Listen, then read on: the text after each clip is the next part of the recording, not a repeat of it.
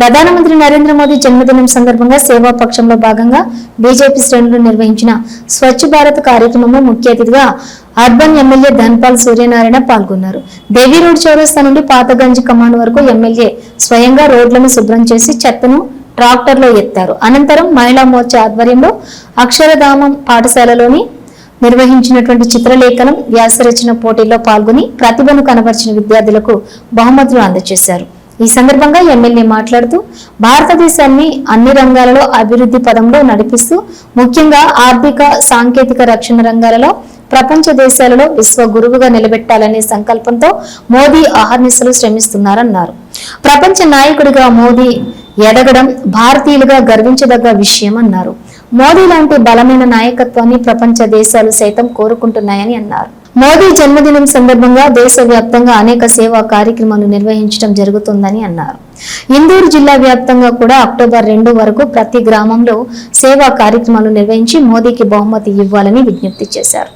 గత కొద్ది రోజుల నుండి చెత్త నిల్వ ఉండటంపై మున్సిపల్ సిబ్బందిపై ఎమ్మెల్యే మండిపడ్డారు.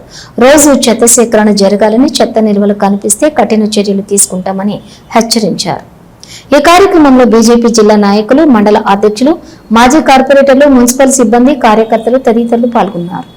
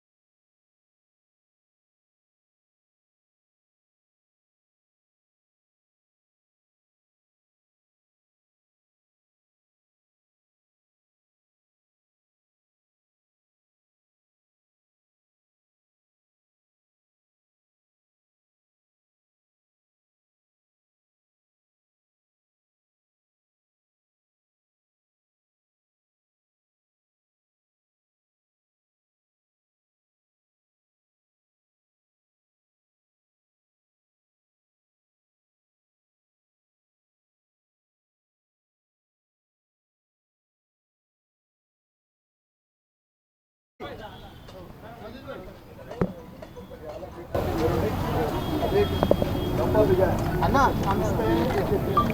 चिट्ठी डाल के अंदर से दिखाना अपना काम है। पहले साजिद को फोन उठाते नहीं बोलते काम कर జై శ్రీరామ్. ప్రపంచ అగ్ర నాయకులలో ప్రథమ స్థానం ప్రపంచ దేశాల అధ్యక్షులు కానీ అక్కడ ప్రైమ్ మినిస్టర్లతోటి పొగడబడుతూ ఇతర దేశాల ప్రజలు మాకు ఇటువంటి నాయకుడు కావాలి, మనందరి ప్రియతమ నాయకుడు ప్రధానమంత్రి నరేంద్ర మోడీ గారి 75వ సంవత్సరం జన్మదిన సందర్భంగా సేవా పక్వాడలో భాగంగా ఏదైతే 17th సెప్టెంబర్ నుండి 2nd అక్టోబర్ వరకు సేవా కార్యక్రమంలో భాగంగా ఈరోజు భారతీయ జనతా పార్టీ నాయకులు కార్యకర్తలు వారందరితోటి కలిసి ఓబీసీ మోర్చా అన్ని వారి ఆధ్వర్యంలో ఈరోజు స్వచ్ఛ భారత్ కార్యక్రమం నిర్వహించడం జరిగింది. ఈ స్వచ్ఛ భారత్ ప్రజలందరికీ నేను ఒక మెసేజ్ ఇస్తా ఉన్నా.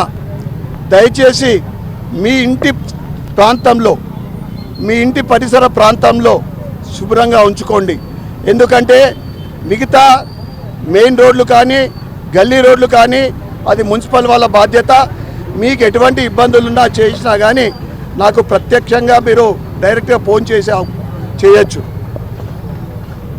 నరేంద్ర మోడీ గారి ఏదైతే సేవా పక్వాడాలో మేము సేవ చేస్తూ ఉంటే ఒక అనుభూతి, ఒక ఆనందం. ఎందుకంటే అటువంటి మహానుభావుడి ప్రధానమంత్రి ఆధ్వర్యంలో మేము పనిచేస్తున్నందుకు మా జన్మ ధన్యమైతే అనుకుంటా ఉన్నాం. ఆయన ఒక మహాపురుషుడు, ఒక యుగ పురుషుడు.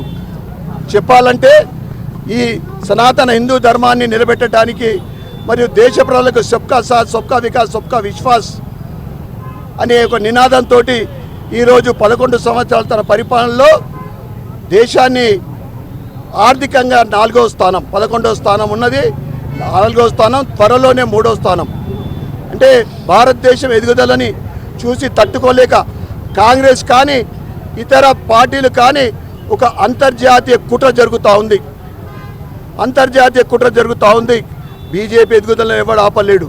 ఎందుకంటే 10 సంవత్సరాల కాలంలో 4 కోట్ల ఇల్లు కట్టించిన నరేంద్ర మోడీ గారు ఇలా భారతీయ జనతా పార్టీ ఆ ఇండ్లతో పాటు హర్ ఘర్ జల్, ప్రతి ఇంటికి విద్యుత్తు, తర్వాత ఆవాస్ యోజన కింద ఇల్లు కట్టిస్తూ రేషన్ ఫ్రీ ఇవాళ 6 కిలోలు రాష్ట్ర ప్రభుత్వం చేస్తున్నాయంటే దాంట్లో 5 కిలోలు దేశవ్యాప్తంగా ప్రతి పౌరుడికి దక్కుతూ ఉంది. అదేవిధంగా అన్ని రంగాల్లో ఇన్ఫ్రాస్ట్రక్చర్ ఇలా మనం చూస్తూ ఉన్నాం. రైల్వేస్ కానీ, రోడ్లు కానీ, ఎయిర్వేస్ కానీ, డిఫెన్స్ కానీ ఇవాళ ఎంత స్ట్రెంథెన్ అవుతుందో మనం చూస్తూ ఉన్నాం. ఇవన్నీ తట్టుకోలేక కాంగ్రెస్ అవాకులు చివాకులు అబాండాలు వేస్తూ ఉంది.